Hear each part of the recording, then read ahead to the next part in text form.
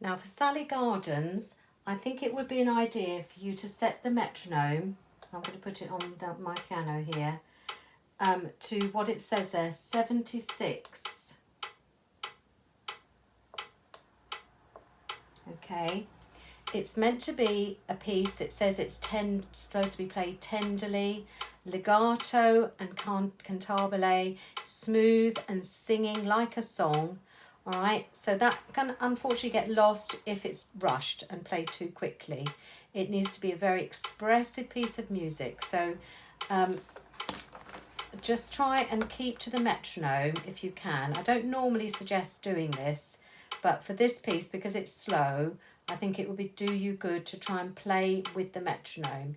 If you find the whole piece too much, do maybe a couple of lines and see how you get on.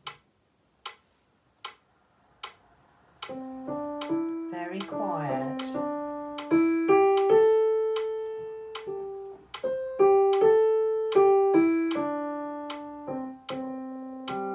Bring it up just a little bit, MP.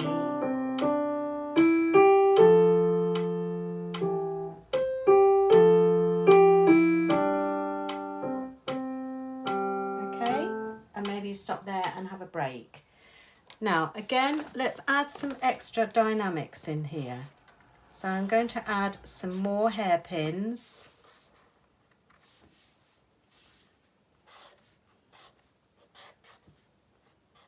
Okay, particularly here, as the music goes up there to the A, just increase the volume slightly, but drop down quietly on the G, then you should be putting a break. Okay. The same on the next line, is exactly the same music. It's MP, so it's a little bit more, but not a huge amount. Okay, so make sure that you get used to playing it, because I think unfortunately you get used to playing it at your speed, and it's not quite what is intended. Then we're going to try the next section. Okay, now this is where you do tend to rush in bar 10. Okay, so I'm going to start it from bar 9, and I'm going to start it with the left hand notes, and then join the right hand in on the G.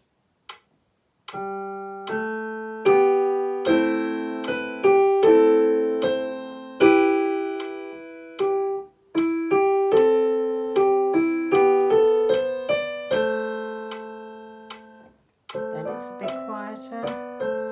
There's a hairpin here, and then a diminuendo.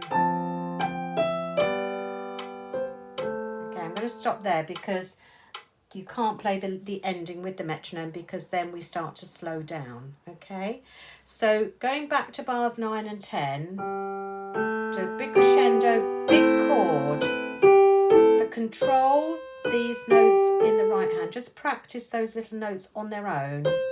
Da, da, da. You've got to pace the quavers out a little bit and control the speed of them. Ba, ba, ba, like that.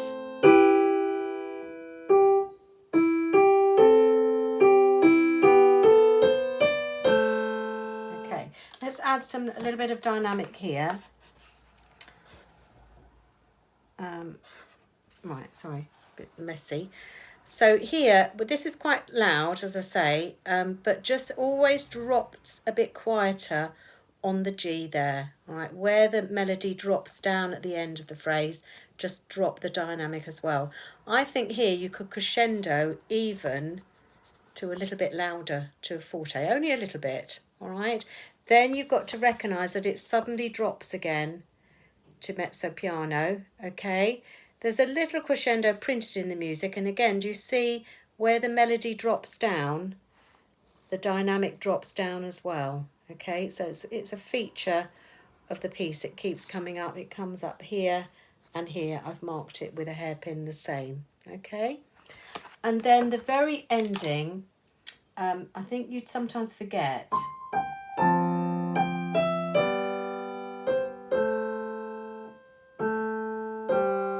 The need to slow down and very gentle ending, okay?